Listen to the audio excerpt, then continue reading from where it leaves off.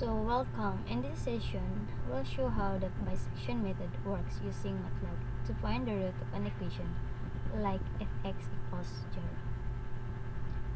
So let's solve.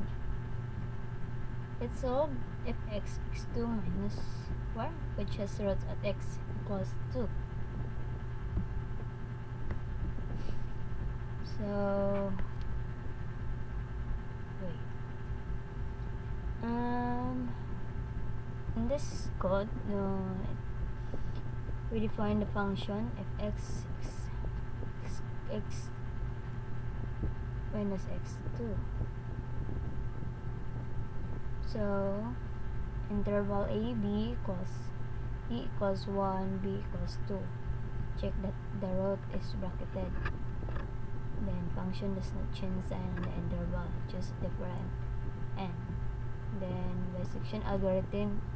Now we apply the bisection formula in a loop.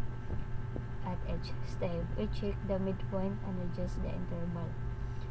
So each iteration cuts the interval in half, bringing us closer to the root. The loop stops when fc is close enough to 0.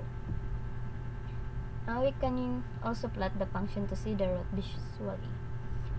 So the iteration, so plot the function and root. We need to plot the function because we need to find the root. And when we run the program,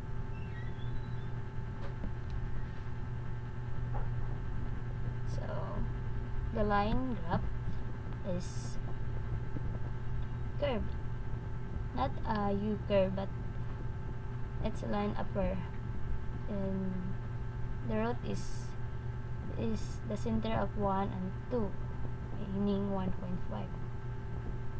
So, and that's how the bisection method works in MATLAB. It's simple, effective, and guaranteed to find a root if a sign change exists in the interval. And that's it. Thank you.